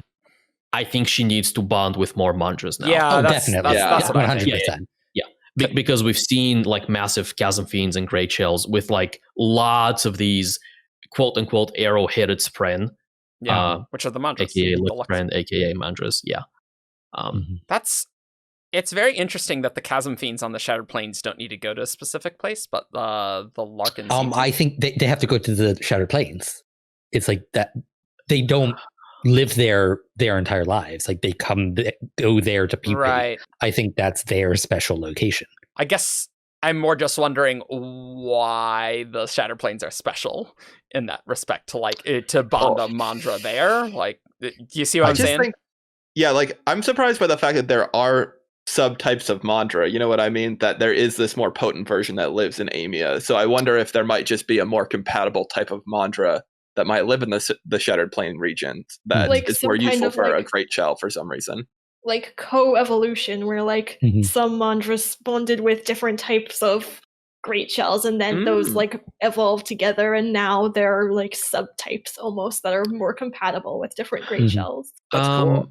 So my thought was that the ones in Aimia they specifically are special. Like all the other mandras are essentially the same, and then the ones on Aimia are special, right? And so there are probably clusters, I guess, of mandras throughout Roshar, and it is around these clusters that we see like the biggest of great shells. And so there's probably in the sea of whatever corresponds the Shattered Plains in Shadesmar, there's probably just like mandras living there, right? And so if you are a Chasm Fiend, or if you're any kind of great shell, when you get too big, you need to find one of these gauge-free, free-range, sphere-fed mandras to bond with. Not lapis fed. and if the bunch over at the Shattered Plains, that if that's the closest ranch, then you just go there. I guess I kind of like the idea of there being subspecies of Spren more than the idea I like that there's just one random pool of mandras that are different than every other type. Like it makes more sense to me that there'd be several different subtypes, but maybe they were made that way. Maybe it's some cognitive mumbo jumbo that because Spren are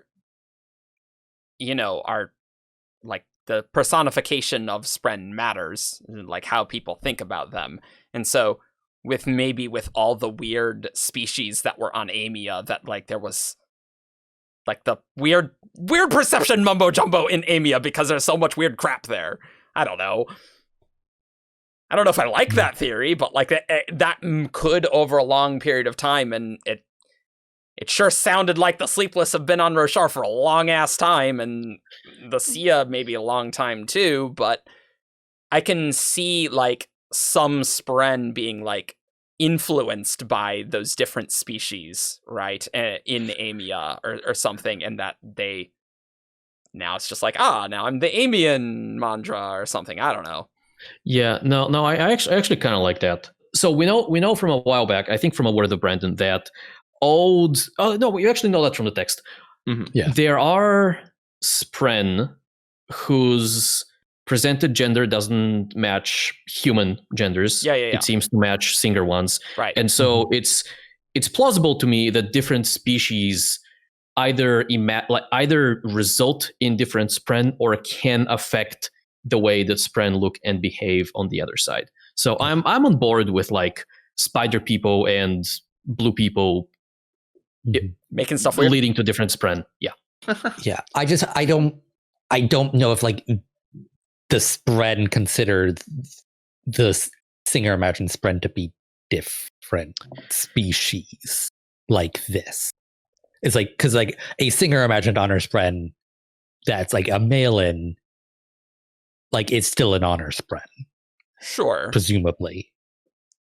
It's not a special like subspecies of honor Spren. I think it also gets funkier with true Spren versus sub-Spren. Yeah. I imagine sub-Spren are more malleable to perception. I guess like I'm just skeptical that it has anything to do with the non-human Aimians. I have a really hot take going off my previous hot take about the cognitive mumbo jumbo. All right? Okay. With the Shattered Plains. Clearly, why would they need to go to the Shattered Plains to bond them? Well, Sia came to we have the story of Queen Sa, right? With the Natan, and so the when Natan she slept with the moon. Well, yeah, but that presumably that's actually the Sia Aimians. So maybe the Sia Aimians were in Stormseat, and that's why the other great shells go over there to Well, you're gonna say Dawnshard and Stormseat. Yeah, I thought you were going with Dawnshard on the Shattered Look, Plains. there's definitely that's plausible too. Okay, like that's possible, and or the used. Dawnshard shattered the plains, and the presence of a Dawnshard changes the spread and the easy. surrounding area. This is also plausible. But I don't know. Like the Natan have blue skin. There could be Aimians there, and more in number, and we just don't know about them because they died when some poor sap used a Dawnshard and destroyed Shattered Plains. That part's a theory. That's not a fact. This is all. Oh, that wasn't canon. That wasn't revealed in the story. Well, mostly the part that a Dawnshard shattered the plains. That is not a thing we learned about Dawnshards in this book. I still think that's a very solid theory here. Yeah. One of the things that jumped out at me is I was kind of wondering why the Larkin would have been good guardians for the Dawnshard in the past. Yeah. And my thought was that as things that ate investiture, they probably were pretty good at protecting people from investiture from getting to the Dawnshard. Right. Yep. Yeah. Very. Yep. I imagine the Groaned Lancerin are very good at it. Yeah, way better than Cherry. Yeah, for sure. As many D&D players will know, one of the most terrifying things to fight is a Tarask. Not only because it's massive and scary and has a lot of health and a lot of damage, but it's also freaking resistant to magic. It also comes back to life, but that's irrelevant. So that's a lot of stuff. So we totally want back half Risen with a Dawnshard riding fully grown Cheery like a boss and being awesome. Hell yeah, I am into that. That sounds amazing. Yeah, with cord on the back. Cord on the back, yeah, easy. Sure. I mean, just like with the shard plate, she can survive falls. So like Cheery swoops down low, and Cord just like heroically hops off the back, and like lands in the heroic like hero. Oh no, I was imagining like with the spaceship, Cord is on the not the machine gun, but like the spaceship equivalent of a machine gun, and just mauling the enemies down. Yeah. It's like the fact that fully grown Lancerin can still fly is insane. Like, in case y'all forgot, on the Knight's Radiant table on the end page of Way of Kings, this is how we knew about like the crab waspy thing. Like those things are connected with the Radiants, and that is not a thing we've gotten. Like the Radiants are terrifying. Like if you imagine a full Radiant blade can shift shapes, and it's like, I got my dragon. What's up? It's not quite a dragon, but it's like, hey, how's it going? So you are screwed. It is highly amusing to me that a fully grown Larkin or a Lancerin, I guess, doesn't do like it. Obviously, it's similar to dragon in many ways, but it doesn't have a dragon breath. It kind of has reverse dragon breath, right? It just swoops over the enemies and just sucks all the investiture out of them. That's solid though. If fighting, fused, right? Like that'd be very useful. Just like, nope. Oh, it would be. Oh my gosh. Yeah, right. Yeah. It's like that is basically death, because that is like, all right, Shardblade, now all the fused are dead. That'd be very useful in past desolations. Any final thoughts on this episode? I do have one, and that is that I've never been a reader of horror. Okay. But I am developing an appreciation for the types of horror that Brandon is introducing into his books. Yeah. Shadows for Silence never really did the thing for me. But Oathbringer Part 1 with Reshafir, and then The Heart of the Revel, and now, which I think is more cosmic horror type of thing. Sure. Yeah, and then Eldritch, maybe. Yeah.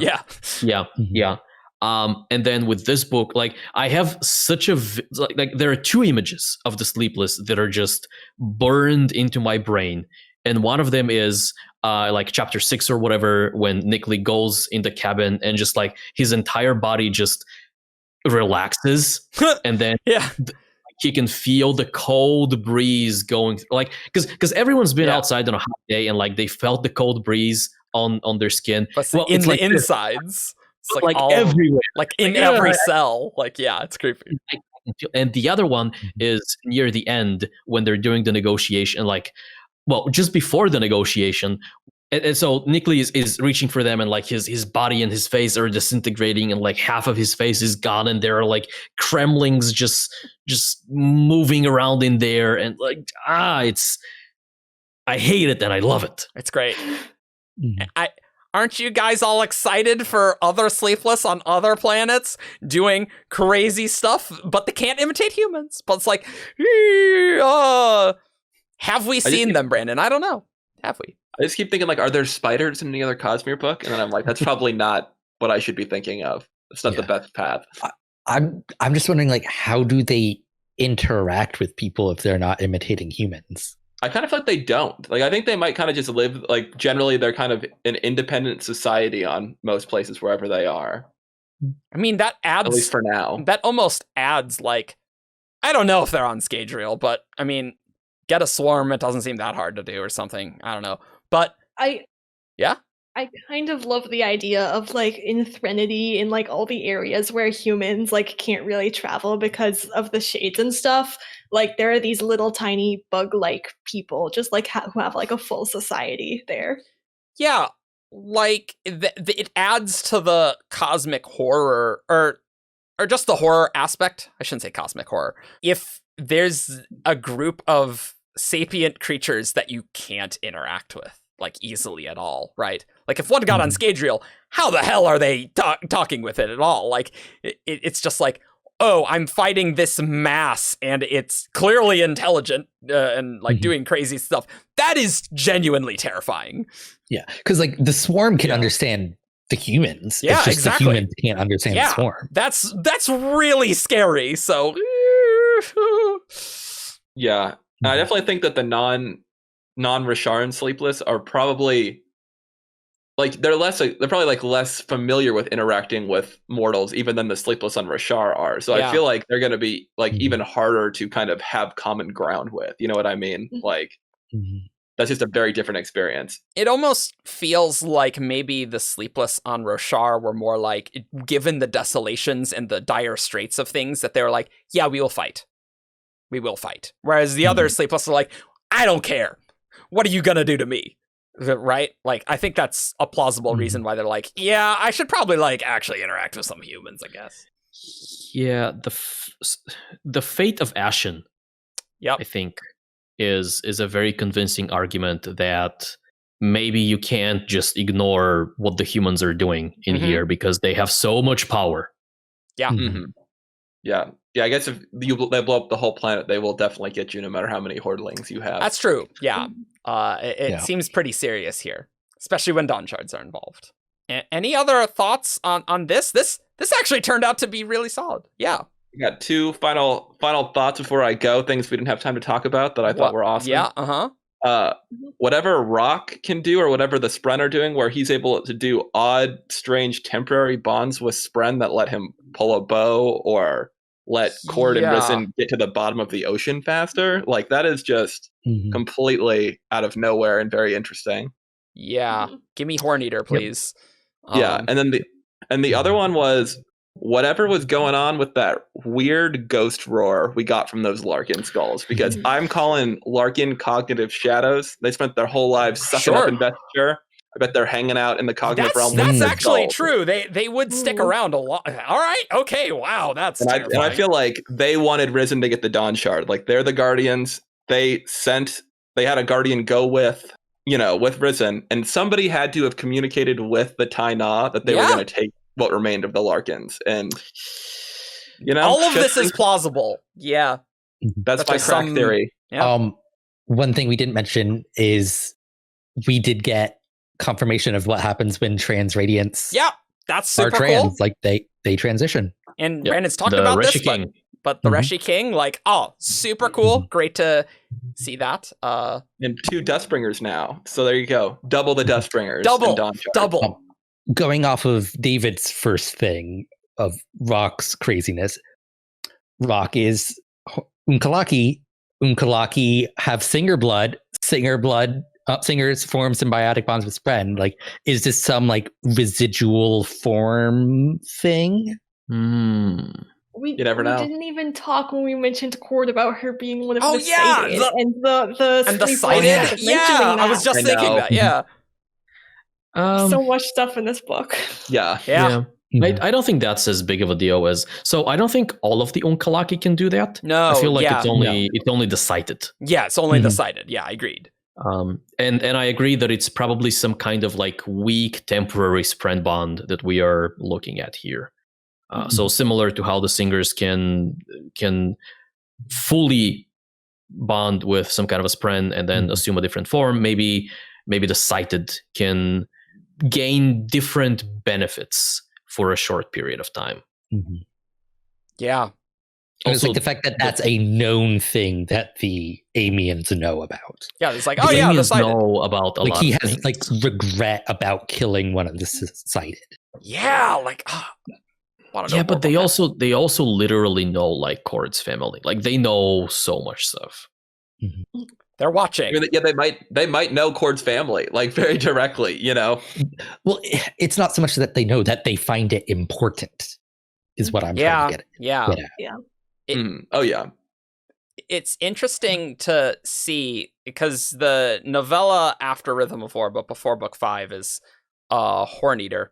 It's interesting that we get more Horneater stuff with Cord now, in a sense, because it might like build some like just Horneater lore for us to build that on. So like Horneater might kind of be like a sequel. I imagine we'll learn more about the sighted and things like that. Yeah, I think Brandon kind of wanted, like, I remember he was looking at doing either or, and I wonder if he was kind of thinking about both and was just like, well, I have these Horneater things in my brain that I can sprinkle in here. Yeah. I think that's solid. Yeah. Lay the groundwork. Yeah. I'm excited for that. I want to know more about that for sure. Like Cord was super interesting. Give me more Horneater.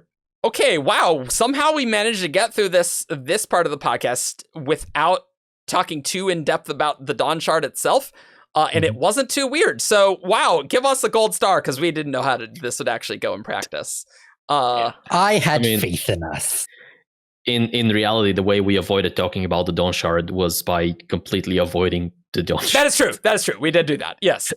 But we are going to have an ultra in-depth pedantic Dawnshard episode next. I don't know when this is coming out. I'm going to have a busy week of editing these. So it's coming out when it's coming out.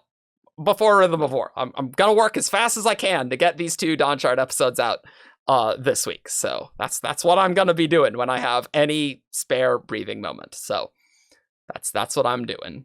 So this is already a pretty long episode, and we need to record a second episode, so we're gonna skip Who's That Cosmere character. So you can find us on 17shard.com for all your news, discussion, theories, and fun that you could ever want. Come talk with us about Dawnshard. You can join our Discord server too.